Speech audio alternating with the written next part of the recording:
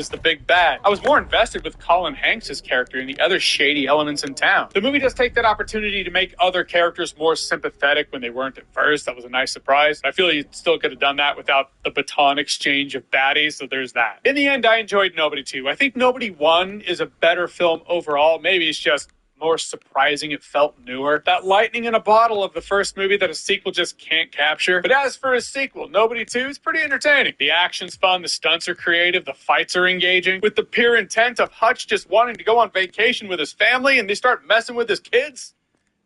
And then time's up. I have myself a fun time with Nobody 2. No alcohol required. Okay, as for the rest of this nonsense, this is all the result of motorcycle versus car. A car driver who wasn't paying attention and a motorcycle rider, that's me, who didn't have time to react. Hit the car I did.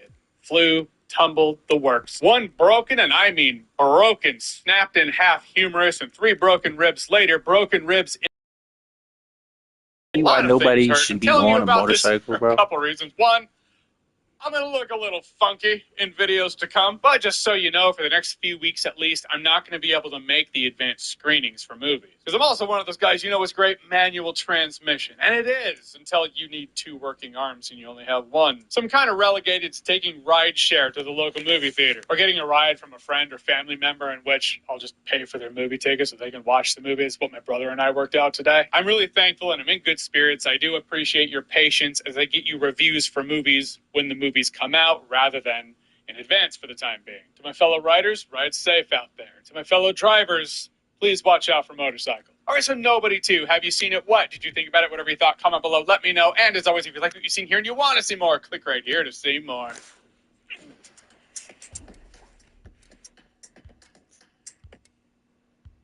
I also really like the watch called the Pacemaker. Color scheme matches my motorcycle again. Got the mechanical visuals to hypnotize me. It's just a cool design. These watches are unique, eye-catching. I dig it. Plus, products have a 2-year warranty, which I always appreciate. So click the link below or scan the QR code. Use code JOHNS on checkout. Get yourself 15% off site-wide for a limited time only, so act fast. And now...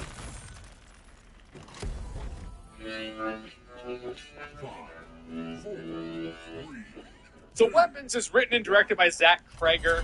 Cregger or Krieger? It looks like Cregger to me, but I've seen it pronounced both ways. You know, name pronunciations and Achilles' heel of mine. So Zach, really good at his job, apparently, has made another movie after Barbarian, which I really enjoyed. Weapons stars Julia Garner, Josh Brolin in a formula that I didn't really expect, but I'm getting there. This movie picks up a couple months after the event. The event is broken down with voiceover. Not gonna lie, anytime there's voiceover breaking down what happened, I'm usually like, okay, how much longer do I have to listen to this before we get to the movie? In the case of Weapons, it actually made more sense to me. The voiceover even says, why are you doing all that to clear your throat, babe? The event Jesus being Christ. a couple months ago, all these kids from this one classroom at about 2:17